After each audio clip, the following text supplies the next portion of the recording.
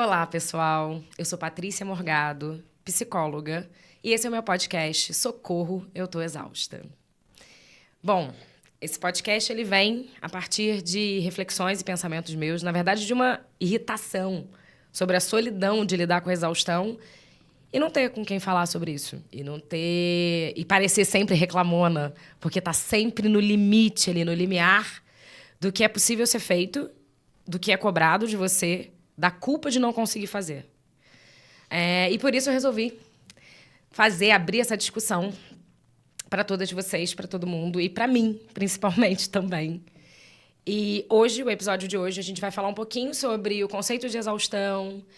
E essa ideia é tão adoecedora que, principalmente para o universo feminino, em que a mulher desempenha diversos papéis do cuidado, é tão avassalador.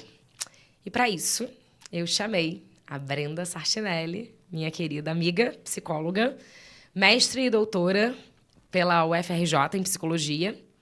E eu vou deixar que ela se apresente, que eu acho melhor, né? Brenda, seja bem-vinda. Muito obrigada. Obrigada a todos. Boa noite. Então, eu sou a Brenda. Como a Paty falou, eu sou psicóloga. E eu trabalho com a clínica, eu trabalho com saúde mental já tem quase 2 décadas. E a gente vem observando, né? Tanto no consultório quanto nos nossos espaços de trabalho, que tá pesado, né? Tá todo mundo exausto. Tá todo mundo exausto. Gente, eu sei que aqui é um podcast que, mal ou bem, tem um caráter para falar do feminino, mas olha bem, tá todo mundo cansado. Homens, mulheres, crianças, adolescentes. Você que trabalha muito com clínica também, saúde mental de criança e adolescente, você vê cada coisa que eu falo assim, gente, peraí, tem alguma coisa que vai além só do número de atribuições ou das coisas que a gente vive, mas que tem a ver com a forma como a gente vive. Que tipo de sociedade a gente está construindo e a gente está validando, porque a gente valida isso também, que deixa a gente desse jeito e a gente ainda tá batendo palma pra ela, sabe? E achando maravilhoso. Então, isso me assusta muito, que as pessoas estejam levando isso de uma forma muito natural, porque pra mim, me parece tão antinatural, sabe? Eu pensei assim, que eu ia chegar aqui hoje e ia perguntar a primeira coisa, mas Brenda, o que te deixa exausta, né? Porque se falar pra mim, eu tenho uma lista infinita de coisas que me deixam exaustas, mas o que hoje te deixa exausta? Eu vou te falar que eu tô tão cansada que já me deu preguiça. Eu trabalho com estudos de gênero já tem mais de 10 anos e eu tô cansada de repetir o óbvio, sabe? Eu tô cansada de dizer que a desigualdade não é natural. Sim. De dizer que não tem uma desigualdade justificável naturalmente. Isso é coisa de mulher, isso é coisa de homem. Mulher tem que fazer isso, homem tem que fazer aquilo. Isso é coisa de criança. Gente, cansa. E tudo que a gente observa, né, assim, de processos de transformação social, de processos de mudança, de busca por uma sociedade em que as pessoas vivam uma vida mais vivível, que é isso, é disso que se trata, é embarreirado cotidianamente por uma ideia de que só tem esse jeito de viver. Então, é isso que eu tava falando. A minha impressão é que tem uma cegueira diante do assunto. As pessoas não querem nem escutar falar disso. Principalmente na clínica também. Às vezes, quando você faz qualquer tipo de intervenção sobre uma questão sobre essa pessoa, parece que você tá falando uma coisa de outro mundo. Tipo, mas a vida não é assim? Não era pra eu estar, né, louca, desvairida, fazendo isso, sem perceber as questões da desigualdade, sem perceber o acúmulo de função que existe em cima da mulher? E parece que você que tá falando coisas, assim, muito, sabe, absurdas. Eu vejo isso, inclusive, na academia, assim, sabe? Na minha pós, no outro dia a gente foi discutir coisas sobre isso, e as pessoas, assim, não é sobre isso, não é por isso que eu tô me sentindo assim, não é sobre maternidade, não é sobre o cuidado, não é sobre eu não ser cuidada, não é sobre o ritmo das coisas, porque parece que não quer ver. Então, me dá muito essa sensação do... Será que eu que sou maluca? De estar falando sobre isso? Será que eu não deveria estar ali, tipo... No yoga a gente fala muito isso, né? Da questão do automatismo, de como é que a gente leva a vida, da dificuldade de olhar, da atenção do que você está fazendo, do que você não está fazendo. Porque a minha ideia é que tá todo mundo literalmente robotizado. E eu também, não me tiro disso não, porque no dia a dia, para sobreviver, a gente precisa, às vezes, também ligar o... Vamos lá, age. Você precisa agir. Só que isso é muito estressante. E aí tem uma coisa que me deixa muito... talvez angustiada mesmo, que é a gente tem uma lista de tarefas para fazer que é muito maior do que a possibilidade. O que a gente tem que entregar na vida, sabe? É muito maior. E aí a gente termina todo dia frustrada. Porque é sempre assim, ó. Caraca, não deu pra fazer isso. Nossa, eu não fiz aquele dever com a criança. Nossa, eu não levei ele no médico. Não marquei, não sei o que lá. E aí você precisa cuidar de você. Não, eu não marquei aquele médico. Não, vai ficar pra semana que vem. E o dentista, não foi. E você fica o tempo inteiro nisso. Porque você, além de ser a pessoa do cuidado, você gerencia isso. Uhum. E aí todo mundo olha pra você e fala, nossa, que fantástico.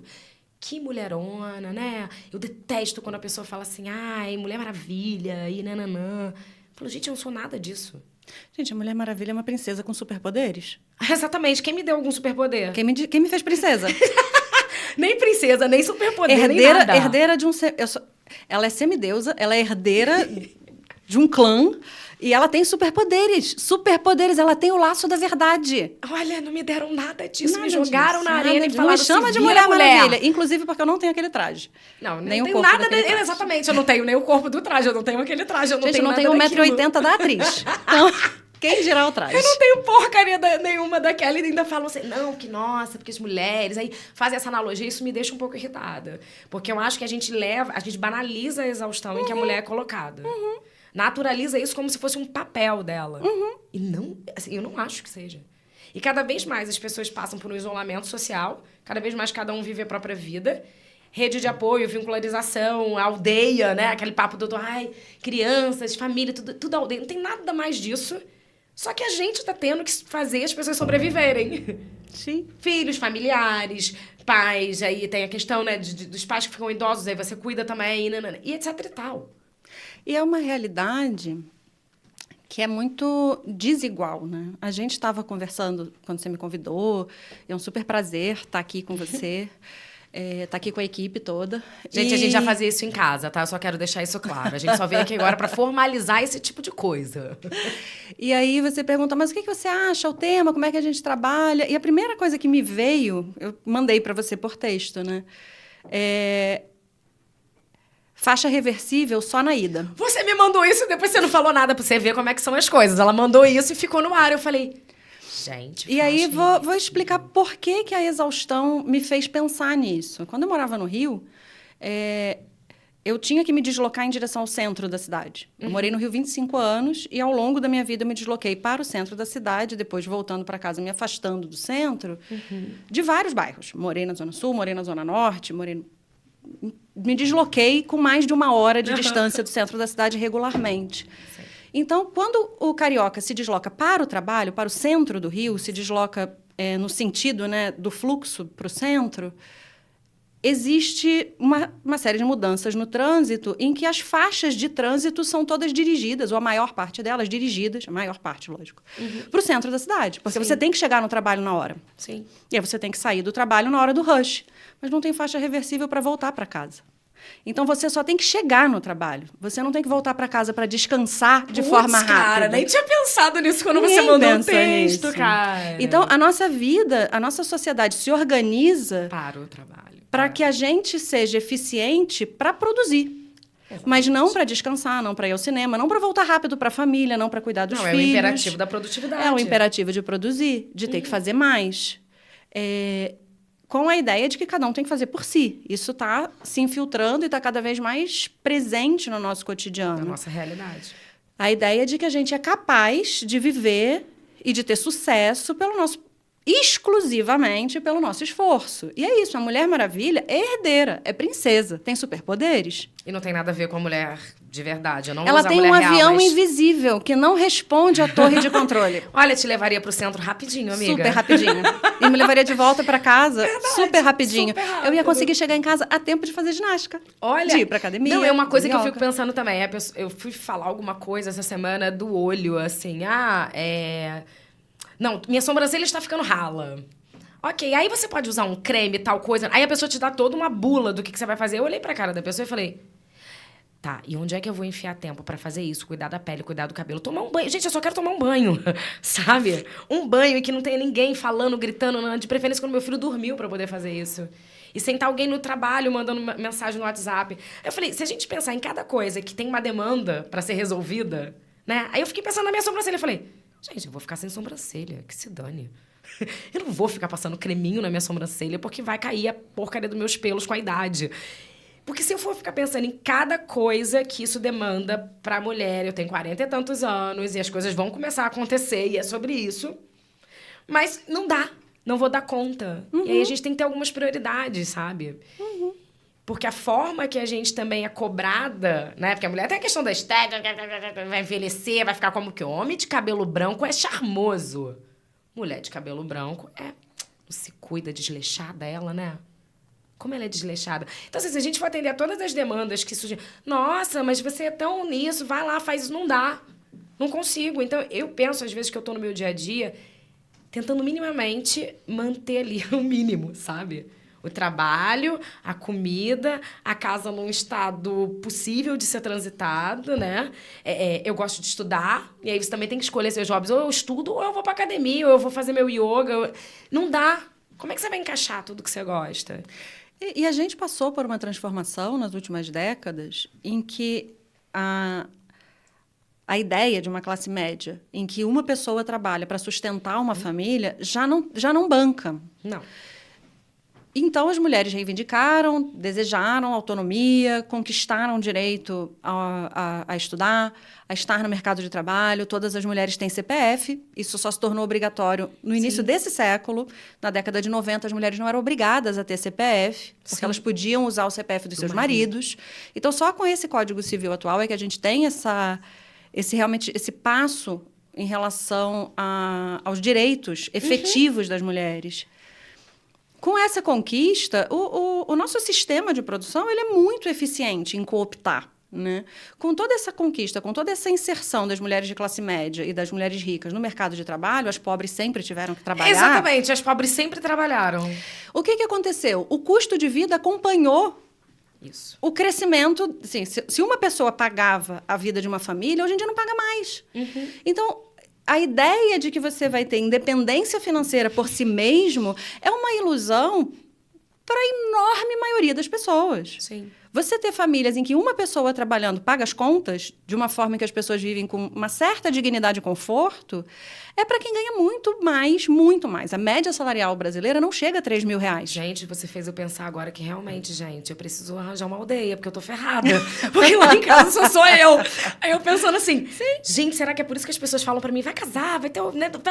Porque é isso, né? Eu tenho que fazer um contratinho social com alguém. É custo de vida. Pra poder dividir. Nossa, eu vou repensar isso, gente. Eu vou repensar literalmente nisso. Mas você falou uma coisa do CPF, me lembrou a sua primeira fala, que foi sobre a sua exaustão. É porque parece que as pessoas não têm memória. Exatamente, de repetir o óbvio. Parece que as pessoas não têm memória. Porque se você pensar nisso na história da mulher, da evolução, dos nossos direitos, cara, foi ontem. Foi ontem. As nossas avós, bisavós não tinham direito de falar por si só. Não podia comprar um imóvel, gente. Você tinha que pedir autorização dele para comprar um imóvel. Tem uma história, e se algum familiar meu estiver assistindo, com muito amor e respeito que eu conto essa história, eu estava na casa da minha avó, no início dos anos 2000, logo depois da promulgação do novo Código Civil, foi 2002, e ela chegou do banco furiosa. Ela era uma pessoa que tinha assim, um temperamento muito assertivo. Né? Minha avó teve a oportunidade muito privilegiada de fazer faculdade. E ela era uma mulher assim, super... resolvia, dirigia, cuidava, fazia, acontecia com nível superior. E ela chegou em casa furiosa. Ela, furiosa, era uma figura. 1,5 metro de gente, menos de 1,5 metro de gente, rodando 4 baianas dentro de casa. E aí eu falei, o que foi, vó? Mas é um absurdo! Eu fui no banco... E agora o gerente disse que eu tenho que ter um CPF a essa altura da minha vida. Eu passei a vida inteira com o CPF do seu avô e agora eu vou ter que ter um CPF para mim? Como é que eu vou aprender esse número? Opa! Cadastro de pessoa física. Ela não tinha. Ela não era uma pessoa física diante do Estado. Ela era uma subpessoa física do meu avô.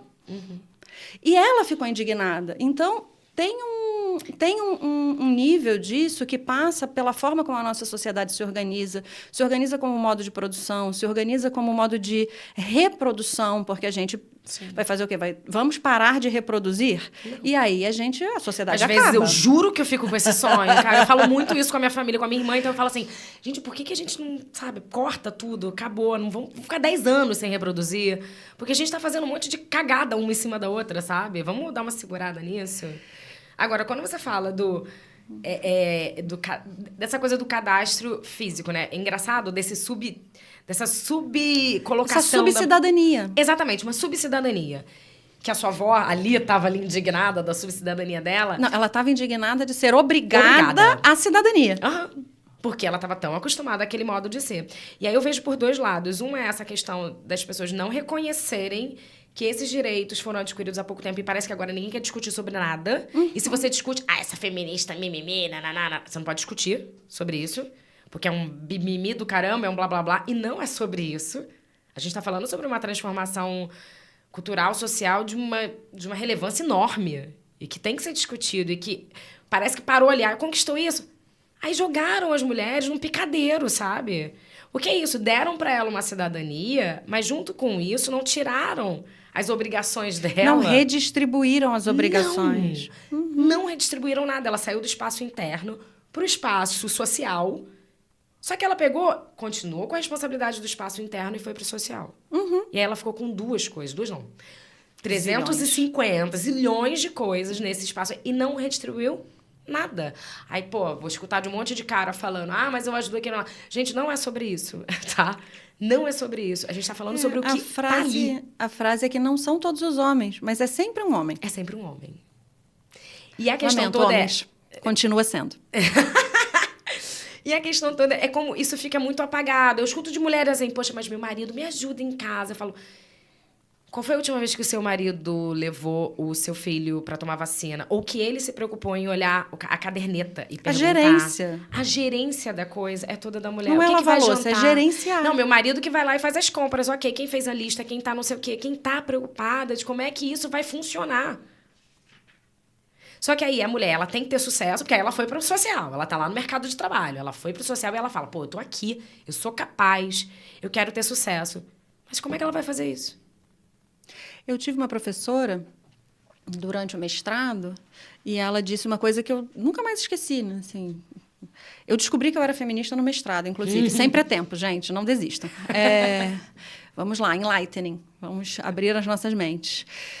E ela dizia que esse avanço da mulher, esse avanço dos direitos, ele permitiu que a mulher conquistasse tudo de ruim que os homens têm. Ai, muito bom. Então, assim, as mulheres, elas alcançaram os mesmos índices de infarto dos homens. Sim. As mulheres alcançaram o mesmo índice de consumo de tabaco dos homens. Sim. As mulheres alcançaram níveis de estresse que só os homens apresentavam. Mas os homens não assumiram as responsabilidades que as mulheres tinham. Sim. Então, a gente tem uma redistribuição que divide o fardo financeiro dos homens com as mulheres, mas não divide o fardo do cuidado das mulheres com os homens. Então, esse avanço não me parece que a gente esteja assim, muito perto de alcançar uma igualdade, né? Eu estava conversando com uma amiga minha essa semana... A questão dos casais mesmo, né? Você tá lá, a mulher tá casada, e aí vocês fazem essas divisões, aí cada casal tem o seu acordo, o seu contrato, enfim. Mas nunca fica exatamente do tipo, você vai... A mulher, você vai lá, vai atrás da sua carreira, vai no teu tempo, eu já tô em outro lugar, eu consigo bancar a casa agora. Mas aí você fica com a gerência da casa. Tá, aí chega um bebê. Aí, olha, você fica com a gerência da casa, com a gerência do bebê, e eu continuo aqui... na gerência financeira. Só que essa pessoa, nesse meio tempo, ela já começa a trabalhar, sabe? É aquela pessoa que está começando na carreira. Aí ela começou a trabalhar já. Aí ela começa a cuidar do bebê, ela começa a cuidar da casa, ela começa a cuidar de tudo. E o que aconteceu? O homem continua cuidando do dinheiro e ainda com aquela coisa. Não, mas eu tô provendo.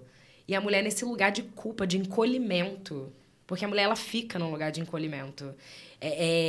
Eu acho também curioso que eu vejo muitas mulheres com vergonha de falar, às vezes, do tipo, que não tem um trabalho importante, ou que, do tipo, eu fiquei pra trás. Porque em algum momento, muitos maridos falaram, ó, você não vai trabalhar, não. Fica em casa. Fica aí. Porque existe isso. A gente acha assim, nossa, mas como é que a mulher ainda faz isso? Mas o tempo todo ainda tá fazendo isso. Porque acredita nesse sistema falido familiar.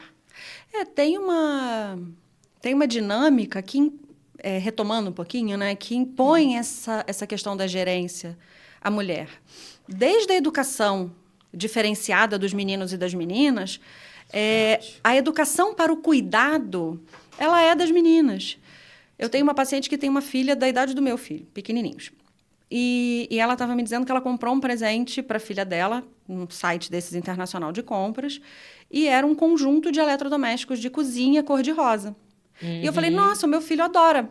Sim. Falei para mim mesma durante o atendimento dela, né? Falei, vou procurar.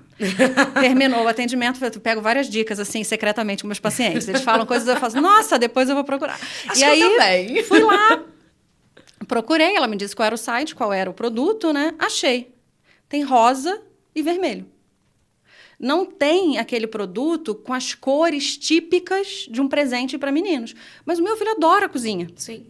Porque as crianças comem, eles veem a cozinha acontecendo. Então, ele gosta de mexer nos potinhos, ele quer comer sozinho, ele é muito pequeno, então ele ainda está aprendendo isso. Então, tudo aquilo para ele é descoberta. Sim. E ele está super interessado, e ele vai ganhar de uma cor que não é a cor padrão masculino azar. Quem for lá em casa já sabe. Olha, meu filho adora vermelho, é tipo isso, fala pra ele. Ele adora rosa, vermelho, azul, amarelo, laranja, roxo, todas as cores do arco-íris. Inclusive, amamos o arco-íris. Mas eu entendo com você, parece que é quase que também uma obrigação né, de ter essa separação e de não ser algo voltado para os homens. E aí, nessa separação em que as mulheres ganham presentes desde a primeira infância, em que elas cuidam de alguma coisa, e os meninos ganham carrinhos, explosões, coisas, bolas. Não, eles ganham coisas para, inclusive, desenvolver raciocínio, que me deixa muito estressado. As meninas são ensinadas a cuidar, e os meninos não são. Eu vi uma criança brincando... Gente, isso é uma mágoa minha, tá? Com a Polly. Eu odeio a Polly. Desculpa, Polly, desculpa a fábrica da Polly, não sei nem qual é a marca, mas eu odeio. Por quê? Porque a Polly é do tamanho de metade do meu dedo. E ela tem um sapatinho para cada pé. Okay. E aí, a criança tem uma bolsinha em que ela guarda um sapatinho que é menor que a unha do meu dedo mindinho, que tem que caber no pé da bonequinha, que tem uma blusinha, que tem a sainha, que tem uma bolsinha naquela mãozinha, e ela... A criança que eu vim brincando, ela não perdeu nenhum desses acessórios. Quando eu comecei a brincar, todos os sapatos... Eu tenho dificuldade de manter os meus sapatos todos no lugar. Eu já tinha falado, me dá um hook. Qualquer coisa, me dá uma bola. Então, a criança do sexo feminino, ela geralmente, na sua grande maioria, é educada para o cuidado. E aí ela vai tomando aquilo como uma coisa que faz parte da vida. E os meninos não. Um dia a gente cresce, está na vida, foi trabalhar, foi cuidar das coisas, entra todo mundo em casa. Quem é que sabe arrumar as panelas no armário? É a pessoa que foi educada arrumando panela. A outra que foi educada jogando bola com carrinho que pá, bate, não sabe arrumar panela. E isso vai acontecendo como se fosse natural. E começa a ser dada à mulher um lugar de gerenciar o preparo das coisas, porque não é só fazer comida. Para fazer comida, você precisa pensar na comida que vai ser feita, verificar se tem em casa os ingredientes, as panelas, se não tem, ir ao mercado, reservar o tempo necessário para fazer a comida, porque se você for fazer comida quando você tem fome, você cai duro antes da comida ficar pronta, porque leva pelo menos 1 hora para fazer um almoço que tenha todos aqueles ingredientes malignos que a nutricionista diz que a criança tem que comer. E se o seu filho não come direito, ninguém chama o pai, chama a mãe. Essa mãe que educou errado. Essa mãe que educa errado, essa mãe que não providencia. Então, existe uma cobrança que é discursiva, que é de muitos níveis. Exatamente, sobre a mulher. Está entranhado. E a gente fica fingindo que esse discurso não está entranhado. É o que eu falo. Por que eu resolvi fazer o podcast, né? Porque eu acho que as minhas reflexões são exatamente de quando eu mesma tô dentro desse discurso, tô validando ele, exercendo ele... E tem hora que me bate uns... Pô, peraí. Mas como é que eu poderia olhar para isso diferente? Como é que eu tô aqui nesse lugar, né, de saúde mental, se eu não tiver num lugar que eu possa discutir, falar, pensar junto, trocar, pensar em novas possibilidades, em outros discursos, né? Porque a gente vem nesse discurso a vida inteira E aí? E aí ninguém vai trocar ele? Aí fica essa coisa de internet, de briga da internet, né? Que fica, não é assim, é assim, não é assim. Eu falei, gente, mas peraí, começa a conversar com as pessoas sobre isso. Porque eu acho que vale mais a pena. Inclusive para escutar a experiência do outro. Para saber o que o outro tá passando. Você falou uma frase que me lembrou muito essa coisa quando chega todo mundo numa casa, quem é que vai, né? E eu já escutei muito isso, essa coisa do... mas fulana faz isso muito melhor. Fulana sabe fazer isso. E o homem, ele já meio que entra nesse afastamento do... Eu não sei fazer isso. Eu acho que, de fato, em muitos casos não sabe porque nunca colocaram ele para fazer aquilo. Para experienciar aquilo. Por isso que fica muito tudo a cargo da mulher. E eu, como mãe de menino, eu penso muito nisso. Em como é que a gente está criando, né? Porque todo mundo fala, mas meu marido não me ajuda, ou o pai da criança é assim, ou não. Qualquer coisa desse tipo... Mas o que você está fazendo com os caras que você tem dentro de casa? Porque, normalmente, você vê uma reprodução de novo da mesma coisa. O filho, ô mãe! Ai, fulano não ajuda em nada em casa, mas a garota tá lá. Vamos no mercado comigo? A menina vai. Vamos fazer não sei o que lá? Ainda tem uma cobrança ainda da garota ir acompanhar nesses tipos de tarefa, de execução, e o garoto não. E eu falo, gente, você tem que começar dali. Se você quer discutir alguma coisa, começa falando pro seu filho. Meu filho, por exemplo, de 5 anos, tem que arrumar a sua cama. Mas eu quero ir no parquinho, eu quero ir no suspiro. Eu falo, só depois de você arrumar seu quarto. Não vou sair assim. Não quero voltar pra minha casa. Assim. E gradativamente, porque eu sei que o seu também é pequeno, mas gradativamente, arrumar o seu quarto é arrumar o coletivo. Porque não é só a responsabilidade sobre suas próprias coisas. Exatamente, mas é todo mundo ter responsabilidade pelo ambiente doméstico como um todo. Exatamente. Porque isso precisa ser distribuído. Não é assim, você vai ter uma tarefa. Evidentemente, crianças não serão responsáveis por aquilo que é responsabilidade dos adultos, mas faz parte do processo que, gradativamente, para a gente ter adultos funcionais, adultos que são capazes de cuidar de si mesmos, da casa e das finanças, que todos aprendam a fazer todas essas coisas. Sim. E é muito o que você falou, do espaço coletivo. Não é do tipo, eu fui lá, dobrei minha roupa de cama e vou embora, largo minha mãe aqui cozinhando o dia inteiro, quando eu voltar tem um prato enorme me esperando. Porque isso é uma coisa que acho que eu vi a minha vida inteira, essa coisa meio, né? E volta o filho, e tá lá tudo arrumadinho já, ele vai lá só come, beleza, tranquilo. Não.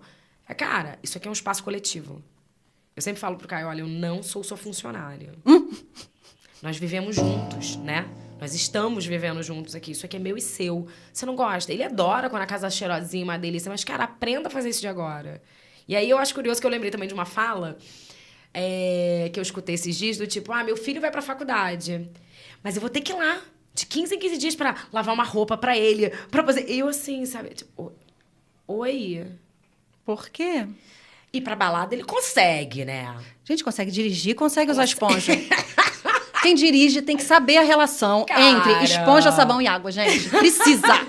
Não é possível que a pessoa consegue tirar a habilitação e não consegue lavar louça. Não dá pra acreditar. Não, mas não sabe pilotar uma máquina de lavar, mas sabe, quer uma Ferrari. Quer dar uma volta com a Ferrari? Vou. Não sabe onde coloca a água, o óleo, o combustível, o fluido e não consegue entender aonde vai a roupa e o sabão. Não tem nexo. Play. Não tem nexo. Mas O desenho da máquina de lavar para iniciar é igual o play do controle remoto, amor. Super acho. É um controle. Não é possível que não consiga identificar. É também lugar que a gente vai colocando isso, que a gente vai perpetuando esse discurso, sabe? E eu acho que a mudança de discurso tá na discussão, tá no poder. Eu não tô falando que, nossa, daqui a 10 anos vai estar diferente, daqui a 20. Cara, isso é muito gradual. Mas para que alguma coisa aconteça, tem que começar. Tem um triste estudo da ONU Mulher. É para começar a chorar? É pra gente ficar triste agora, ou é pra gente ficar triste pelos próximos 295 anos, que é o tempo estimado para que no Brasil haja igualdade na sociedade entre homens e mulheres. Ok, eu vou estar dando a minha parte. Eu vou estar me esforçando para diminuir esse tempinho aí. Pra galera ir melhorando. Eu não melhorando. faço essas coisas em relação ao tempo, que é isso que eu tô falando. Porque, mas não adianta. Porque as pessoas falam, não adianta não, tudo é a mesma coisa. Tudo bem, mas eu tô contribuindo com a minha parte, porque para esses 295 anos... Quem sabe virar 250. Vamos lá, todo mundo, braço 263, alguma coisa desse tipo. Mas eu acho que é a gente pensar um pouco e repensar, né, Brenda, em como a gente reproduz esse discurso também, de como isso nos afeta no nosso dia a dia, do quanto isso nos adoece, do quanto a gente precisa pedir ajuda. Sim. Que pra mim tá muito nesse viés. A gente precisa pedir ajuda. A gente precisa formar os nossos clãs, seja com quem seja, amigo, amiga, um familiar que você goste, ou você é muito chegado à sua família, ok, porque aí vai dos seus vínculos. E tem um processo que, nesse processo da gerência, acompanha o processo de formação subjetiva das mulheres, que caminha muito por algo que o Foucault chamou de docilização dos corpos. A gente está sentada aqui esse tempo todo. A gente está sentada nessa posição, que é uma posição que é ruim para o quadril, que é ruim para a coluna. Eu já tô toda péssimo, horrível. Porque a gente foi gradativamente aprendendo a controlar o corpo, a inibir o corpo. O Guido tem 2 anos. Ele já usa a cadeira com uma certa habilidade. Mas ele não fica sentado. Ele senta, levanta, desce, sobe, senta, levanta, ajoelha. Ele fica ali fazendo o que ele está fazendo, seja comendo, seja brincando, seja assistindo um desenho lá das troços medonhos que ele gosta. E aí, ele não fica. O corpo dele não para. E o corpo humano é um corpo de movimento. Sim. A gente vai aprendendo a contenção. E tem uma outra coisa que a gente ensina às mulheres e a gente exige das mulheres, Muita que caminha contenção. muito nessa direção, que é a gentileza. Então, é uma discussão muito regular entre os casais que tentam outras articulações, a forma como os homens falam e a forma como as mulheres falam. Meu irmão teve uma namorada que é uma pessoa que eu gosto muito, que nem está mais no Brasil, e quando eles brigavam, ela chorava. E ele brigava com ela para ela brigar. Entendi. Porque o exercício da agressividade, o exercício da exteriorização é estimulado nos homens. O exercício da contenção é incitado no corpo feminino. Então, ela não conseguia expressar raiva. Quando ela ficava com raiva dele, ela chorava. Porque era a única forma expressiva dos sentimentos que ela conseguia colocar para fora que ela estava chateada com aquela... Ela não conseguia dizer que ela estava com raiva, ela ficava chateada com a forma que ele estava falando. Raiva. Mulher não pode sentir raiva. Aí o que acontece? Mulher, A gente quando sente raiva, é encontra... histérica, é louca. A gente encontra Pensei em muitas palavras elegantes aqui para falar sobre a forma de relação dos homens com as mulheres, desses homens aí, um pouco Campari. Pô, Campari. E a gente não pode brigar, porque é louca. E aí a gente não pode falar. E aí a mulher que fala, que é assertiva, ela é vista como uma mulher chata, Estranha, exasperada, estranha, porque tem duas mandona, vertentes. Ou masculina. Ou ela é masculinizada, né? Do tipo, nossa, e todo mundo fica com medo dela. Ou ela é aquela histérica. Ai, nossa, ela só reclama, fala demais. E colocam ela como a... Ai... Tipo, sabe aquele traje que fala pra caramba, que faz show, sabe? Então, ou ela é colocada nesse lugar de afastamento. Eu acho que eu tô nesse lugar. Que as pessoas ficam meio assim... As pessoas falam da minha voz, porque eu falo, gente, eu tenho que falar. Por quê? Porque é muito isso que você está falando. Porque criaram também no imaginário coletivo que a mulher tem que estar ali nesse lugar de docilidade. Que raiva, expressão, potência, sabe? A potência Não de cabe falar. às mulheres. Não cabe às mulheres. Porque a gerência feminina, ela não é só a gerência da casa, ela é a gerência dos afetos. E esse é um custo que produz a exaustão. Porque a gente, além de ter que cuidar de tudo que tem que ser feito para que a casa funcione, para que a vida funcione, a gente cuida dos afetos. Então, numa discussão de família, em geral, tem uma mulher que vai lá, que conversa, que pondera, que fala o que faz. Não, porque aí vai falar com fulano para resolver com Beltrano, e aí vai chamar o outro, mas aí eu vou falar com a minha... Quem Tem faz sempre essa alguém, gerência afetiva é uma mulher. Normalmente, Sim, a gente está falando aí de uma grande maioria dos casos e a gente está fazendo uma generalização mesmo. É evidente que, no caso concreto, haverá um monte de exceções. Mas, no geral, é assim. E isso produz um cansaço, porque você tem que ficar pensando antes. Da gerência dos afetos, né? Eu lembrei muito também de uma outra questão, que é totalmente isso. E isso tocou na minha própria realidade, né? Eu sou mãe solo e, inclusive, a relação de um pai, né? Que não convive diariamente com o filho, independente da história, qual for, a minha, da outra, quem tem quase que uma obrigação de gerenciar esse afeto entre esse pai que não mora com a criança e a criança... é a mulher.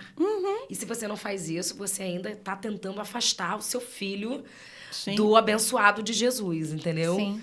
Então, você consegue entender? Porque na hora me bateu Síndrome logo da isso. alienação parental. Exatamente. Que é uma das únicas síndromes do mundo que não tem nosologia, né? Assim, não é nada. Não é nada. Não é. Porque é síndrome febril. Sobe a temperatura, dá uma prostração, tem uma série de alterações orgânicas. Tem lá um quadro, parental, né? Alienação parental, não. É um negócio esquisito. E essa coisa do gerenciamento do afeto que você falou tocou muito pra mim, porque é uma coisa também que eu escuto muito na clínica, mas que eu escuto muito nos grupos de mulheres que eu já participei, que já conduzi.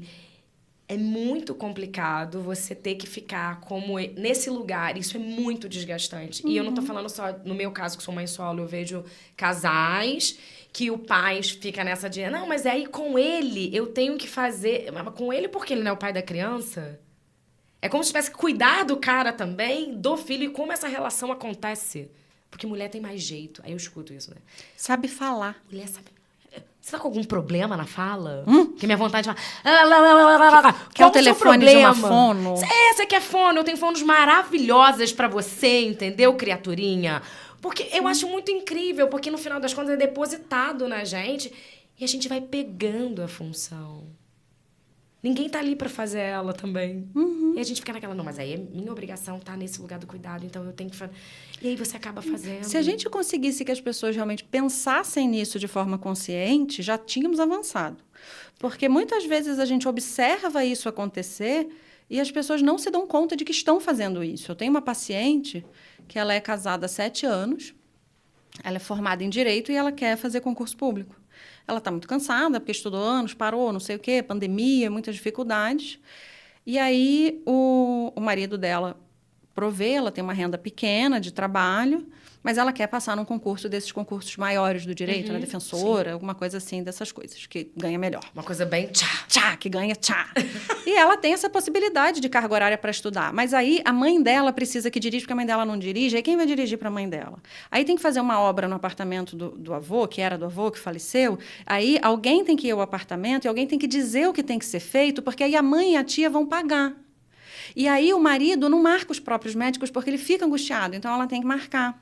E aí ela tem que ir não sei aonde para fazer não sei quem por não sei o quê, aí ela não consegue ir estudar. Então ela não consegue passar no concurso e cobram dela que ela não tem dinheiro. Ah, entendi. Bom, provavelmente ela deve estar medicada nesse momento, né? Porque não quase. Porque não dá para sobreviver a isso, gente. Não tem porque condições. Porque é isso. O nível de demanda sobre ela é tamanho que ela está assumindo a gerência dos afetos, porque aí, assim, a tia não gosta que fale com a prima, que não sei o quê, e aí alguém tem que dizer, sabe? Esse monte de imbrógliozinho.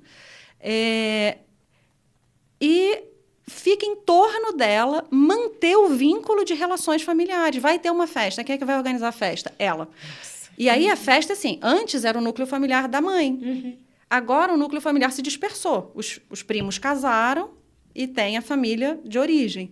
Ela se colocou no lugar. Deram para ela e ela pegou. O lugar de manter essa família agregada. Cada um na sua casa, cada um com as suas dinâmicas, cada um com os seus casamentos, cada um, sabe, cunhados? Sim. Mas você falar isso me lembra de uma outra questão. Eu fico também. Exausta de descrever. Sim, eu fiquei exausta por ela, sabe? Eu fiquei cansada, literalmente. E falei, cara, tem gente pior do que eu, sabe? Tá difícil.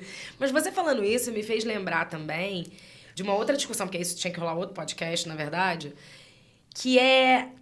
Às vezes, a necessidade, ou, na verdade, esse lugar de reconhecimento que a mulher abraça.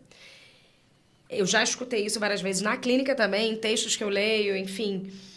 Desse lugar que a pessoa que gerencia, que faz tudo e que manda, aquele ali, pelo menos, é o espaço que ela manda. E que ela gerencia.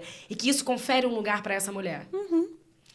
É muito complicado, né, a gente falar disso, porque esse lugar também é adoecedor. Esse lugar de pegar tudo. Ele é um lugar valorizado, por um lado. Ela tem uma importância ali que garante que a família se mantenha agregada, que são pessoas importantes, afetos importantes para ela, mas é muito adoecedor. É adoecedor, não é remunerado. Não. E ele, na verdade, não é valorizado no dia a dia pelas pessoas que estão com você. O cuidado não é remunerado. Exatamente. Só que aí a mulher, ela ainda fica atrás desse lugar aí, sabe? Eu tô fazendo, eu cuidei, eu tô ali, eu fiz uma comidinha. Isso, pra todo mundo, dos afetos familiares, ainda tá nesse lugar do eu vou ser amada, reconhecida, valorizada também por essa via do cuidado. Então, eu tenho que cuidar do outro pra ser uma mulher muito boa, sabe? Tem quase que uma pergunta implícita aí pra mim, mas será? Eu tenho que ficar cuidando? Tem que lavar a cueca dos outros, né? Tem que fazer isso pra ser uma mulher vista socialmente como uma mulher que tem um valor, né? realizada, né? E isso é uma coisa que me chateia, porque barra quase com um preconceito, assim, quando você esbarra com as pessoas e fala que você não é essa mulher aí exatamente, que tá nesse lugar. Gente, eu sou mulher do cuidado, tá? Só quero avisar, meus amigos me amam e eles sabem que eu cuido deles, tá? Porque aí eu me realizei na vida, cuidando deles, tá?